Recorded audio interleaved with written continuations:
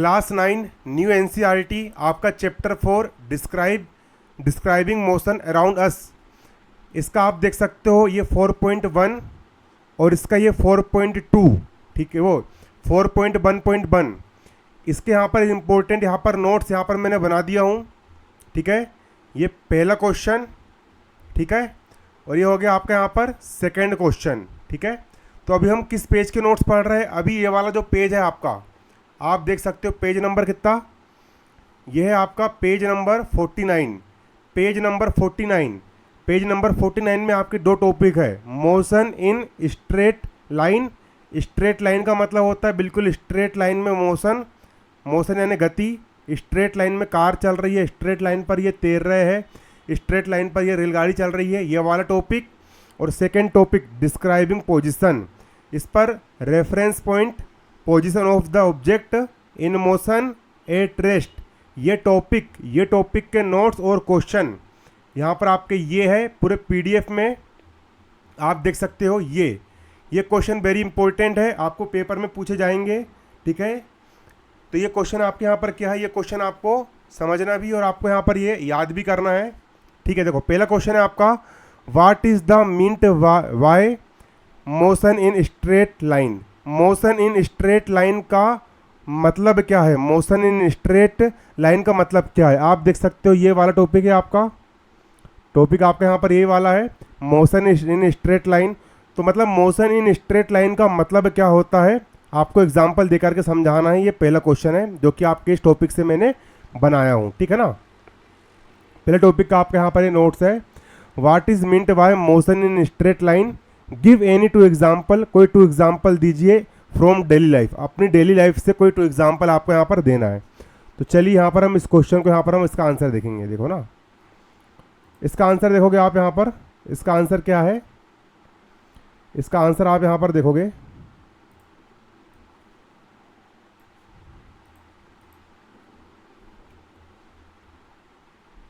इसका आंसर आप यहाँ पर देखोगे, ये देखिए इसका answer, when an object, when यानी जब, एन ऑब्जेक्ट मतलब कोई ऑब्जेक्ट, ऑब्जेक्ट कुछ भी हो सकता है, चाहे वो इंसान हो, कार हो, घोड़ा हो, गाड़ी हो, कुछ भी हो। मूव्स यानी मूव करता है, along a straight path. Straight path का मतलब होता है स्ट्रेट रास्ता पर चलता है। स्ट्रेट रास्ता का मतलब क्या होगा, देखो मैं आपको यहाँ पर समझा रहा हूँ। स्ट्रेट रास्ता का मतलब क्या होगा, इसको पहले मिटा देता हूँ मैं। देखो ये हो गया आपका रास्ता, ये हो गया आपकी रोड, रोड यानी सड़क। अब इस सड़क पर एक कार क्या हो रही है, इस सड़क पर सीधी चल रही है। स्ट्रेट मतलब सीधी लाइन में चल रही है, स्ट्रेट पाथ में चल रही है, स्ट्रेट पाथ में मूव कर रही है, ठीक है। When an object move along a straight path, when an object move, कोई ऑब्जेक्ट मूव कर रहा है, along with straight path, straight path में, सीधे पाथ में मूव कर रहा है, सीधे रास्ते में चल रहा है। इट्स मोशन इज नॉन अस, तो ये जो मोशन होगा, ये वाला मोशन जो स्ट्रेट पाथ में चलेगा, तो इस मोशन को हम बोलेंगे motion in a straight line. इसको हम बोलेंगे motion in a straight line, motion in a straight line. तो जिस मोशन में स्ट्रेट पाथ में कोई ऑब्जेक्ट मूव करता है, तो इस मोशन को हम बोलेंगे motion in straight path, motion in straight line. क्या बोलेंगे इसको हम? मोशन इन स्ट्रेट लाइन बोलेंगे। और लीनियर मोशन, इसको हम बोल सकते हैं लीनियर मोशन। आपको क्वेश्चन आ सकता है व्हाट इज लीनियर मोशन, तो when an object moves along a straight path, it's motion is known as a motion in straight line और linear motion. It is consider the simplest type of motion, ये motion का सबसे simplest type है। Motion का सबसे simplest type है कि जब कोई कार या कोई इंसान एक सीधी सड़क पर गति करता है, सीधी सड़क पर मोशन करता है, सीधे सड़क पर चलता है, तो उसको हम बोलेंगे मोशन इन स्ट्रेट लाइन।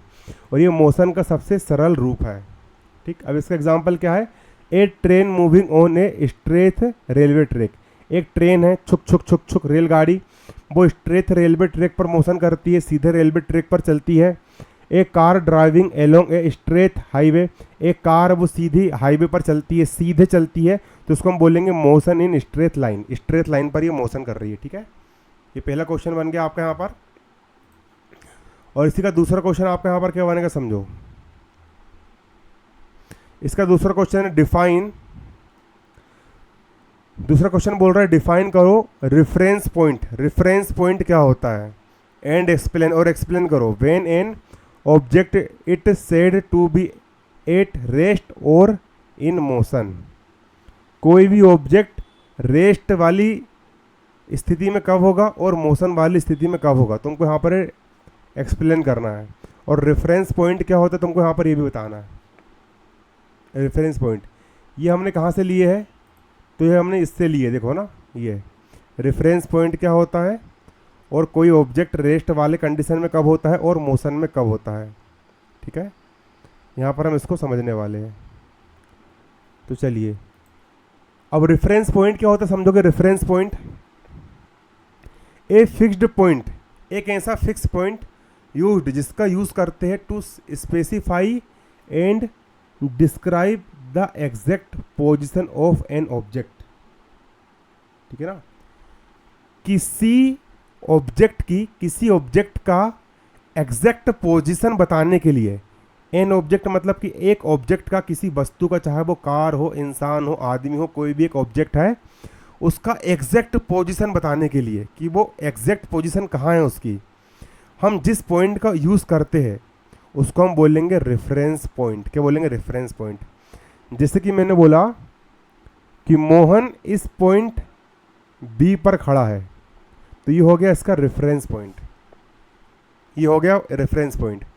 इस रेफरेंस पॉइंट बी से उसने मोशन करना शुरू किया, ये मोशन करना क्या करा, शुरू किया, और पॉइंट सी में आकर के रुक गया। तो जिस पॉइंट पे आकर के रुकेगा उसको हम बोलेंगे रेस्ट पॉइंट। आया समझ में।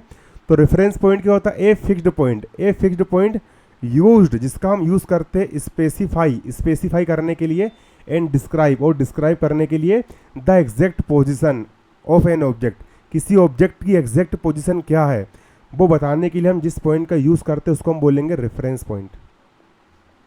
एट रेस्ट, अब रेस्ट क्या होता है, an object is said to be at rest in its position does not change with respect to the reference point with time.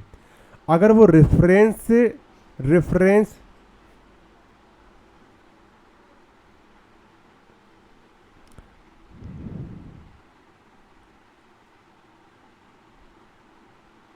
देखो, एन ऑब्जेक्ट, किसी ऑब्जेक्ट का, जैसे कि यहाँ पर एक इंसान खड़ा है, एक क्या खड़ा है, इंसान खड़ा हुआ है, एक ऑब्जेक्ट है, किसी ऑब्जेक्ट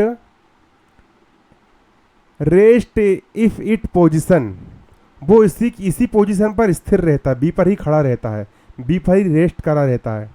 डज नॉट चेंज, और ये चेंज, इसकी पोजीशन चेंज नहीं होती है, ये पोजीशन बी पर ही रहता है ना, रेफरेंस पॉइंट पर ही रहता है, इसकी पोजीशन चेंज नहीं होती है।